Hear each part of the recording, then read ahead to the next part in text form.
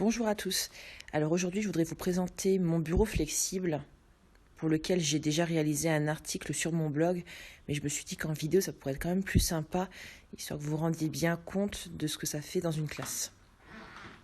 Donc, tout d'abord, j'ai cette table d'élèves qui me sert donc pour mes corrections, pour mettre également mon gros trieur et puis les feuilles que je dois rendre aux élèves ou que je dois corriger pendant la journée, avec mon tabouret. Ensuite, pour tout ce qui est petit bazar, voire gros bazar de maîtresse, j'ai ces deux meubles-là qui cachent plutôt bien l'étendue des dégâts. Donc on a ce rangement-là où il y a tout ce qui est petit matériel. Donc voilà, rien de nouveau, hein. Je pense qu'on a tous les mêmes tiroirs, plein de stylos, plein de choses pour bricoler. Voilà, là j'ai même des fils à linge. Je ne sais jamais si un jour j'ai une idée.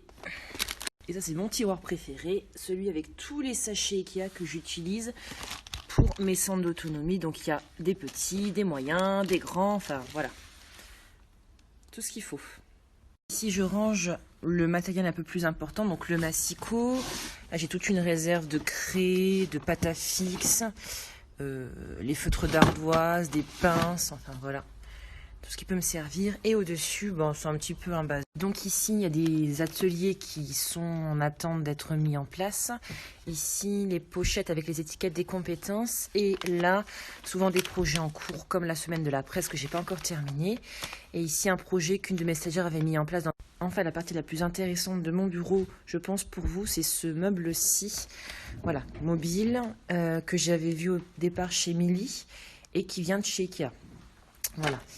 Et auquel j'ai rajouté d'autres petits rangements. Il a donc plusieurs parties. Ici, c'est tout ce qui est mathématique. Pour la manipulation, des compositions de nombres, ça peut être sympa. Là, des frises numériques, des jetons, des dés, tout ce qui peut servir en fait pour les élèves, surtout en difficulté, qui auraient besoin d'aide. Ensuite, ici, vous avez différents bacs dans lesquels on retrouve le programme du jour, la date en anglais, les étiquettes avec les différents chiffres pour le nombre du jour que les élèves utilisent pour compléter la carte mentale. En dessous, on retrouve donc des étiquettes vierges qu'on utilise pour compléter le mur des mots. Également des chronomètres pour l'affluence, lecture ou calcul, je vous en reparlerai plus tard, et des sabliers pour les rangements.